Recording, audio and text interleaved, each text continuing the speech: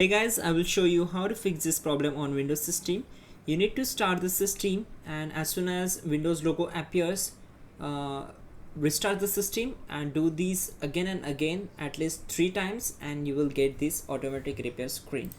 Once we are here, we need to go to advanced options, then go to troubleshoot, go to advanced options and click on command prompt.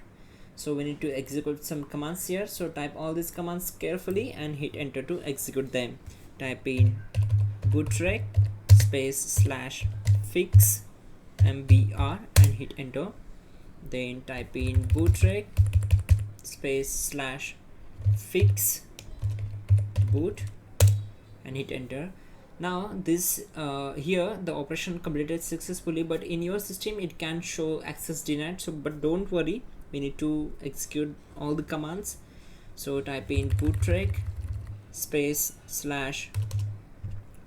/rebuild and hit enter. Then type in cls and hit enter. Now type in sfc /scan now and hit enter. So this process will take around 10 to 15 minutes to complete the process, depends upon your computer configuration. We need to complete this up to the 100% and we will simply move to the next command. And once done, we need to type in chkdsk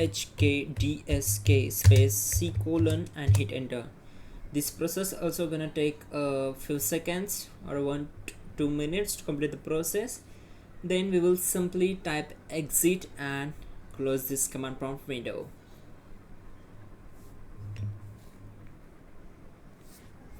Now type exit and hit enter and simply click on continue and your problem will be solved. That's it guys, don't forget to like the video, please do subscribe the channel.